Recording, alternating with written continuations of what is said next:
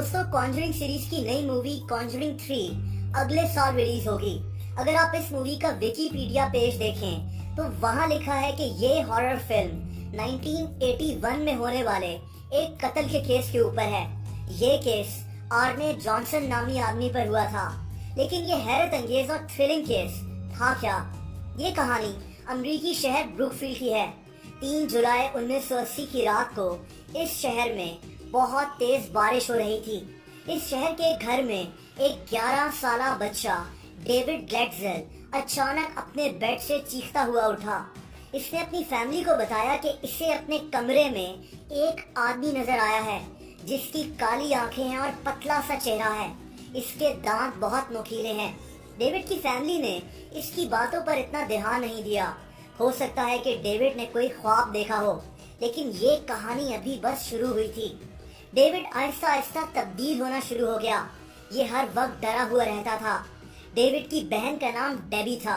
Debbie के मंगेतर का नाम आर्ने जॉनसन था। वही आर्ने जॉनसन जिसके ऊपर कॉन्जरिंग 3 की कहानी बेस्ड है। आर्ने कुछ दिनों के लिए डेविड के घर पर ही शिफ्ट हो गया क्योंकि डेविड की तबीयत काफी खराब होना शुरू हो गई थी। डेविड हर रात चीखते हुए उठता था और उसी खौफनाक से हुलिये वाले आदमी का बताता। ये कहता कि वो आदमी इससे एक कोने में खड़ा घूरता रहता है और इसको कहता है कि वो डेविड को एक दिन अपने साथ ले जाएगा। लेकिन डेविड के घर वालों को असल परेशानी तब होना शुरू हुई जब डेविड की बॉडी पर खुद ब खुद जख्म के निशान बनना शुरू हो गए। ये निशान डेविड के सोने के बाद बनते थे। इनके घर के ऊपर वाले हिस्से से अजीब किस्म की आवाजें भी आना शुरू हो गईं। डेविड की फैमिली काफी डर गई थी। ये लोग इसको एक साइकियाट्रिस्ट के पास भी लेकर गए, लेकिन डेविड की हालत और भी बिगड़ने लगी। यहाँ तक कि ये मुख्तलिफ आवाजों में बातें करना शुरू हो गया। डेविड एक बुक के बारे में भी बातें करता जिसका नाम पैराडाइज लॉस्ट था। डेविड इस किताब को अपनी फैमिली को सुनाता था, हालांकि इसने ये किताब कभी पढ़ी ही नहीं थी। डेविड को ये भी लगता था कि कोई इसका गला दबाता है। ये केस अब पूरे अमेरिका में मीडिया के ऊपर आने लगा। इस केस को मशहूर पैरानॉर्मल इन्वेस्टिगेटर्स एड और लॉरेन वॉरेन भी इन्वेस्टिगेट करने लगे। इन दोनों का दावा था कि डेविड के साथ 43 डीमंस हैं, यानी 43 शयातीन मौजूद हैं जो इसका पीछा नहीं छोड़ रहे। लेकिन इस पूरे केस में डेविड की बहन का फियांसे आर्ने जॉनसन कहां से आ गया? दोस्तों, आर्ने जो इस दौरान इन्हीं के घर में रह रहा था, अक्सर ऊंची आवाज में हंसते हुए कहता था कि ये शयातीन मेरे जिस्म में दाखिल होने से डरते हैं। लेकिन इसको ये नहीं पता था कि इसकी अपनी जिंदगी अब तब्दील होने वाली है। नवंबर 1980 तक डेविड की तबीयत तो काफी संभल गई, लेकिन आर्ने के साथ कुछ अजीब होने जा रहा था। आर्ने एक इंतहाई सीधा सा आदमी था। इसका कोई क्रिमिनल रिकॉर्ड भी नहीं था। ये बहुत मेहनती इंसान था। जैसे ही डेविड की तबीयत संभली, आर्ने की तबीयत खराब होना शुरू हो गई। ये लोगों को देखकर हुर्राता था और लोगों को बिला वजह धमकियां देना शुरू हो गया। एक दफा इसकी गाड़ी दरख्त में जाकर लगी। आर्ने ने इस एक्सीडेंट का जिम्मेदार भी शयातीन को करार दिया।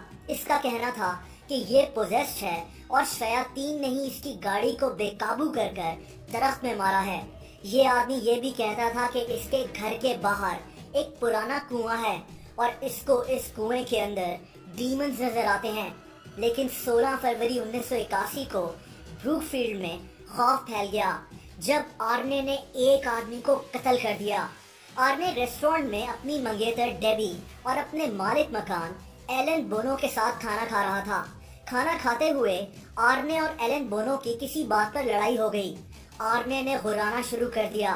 फिर इसने अचानक अपनी जेब से एक चाकू निकाला और अपने मालिक मकान एलन के पेट में मार दिया।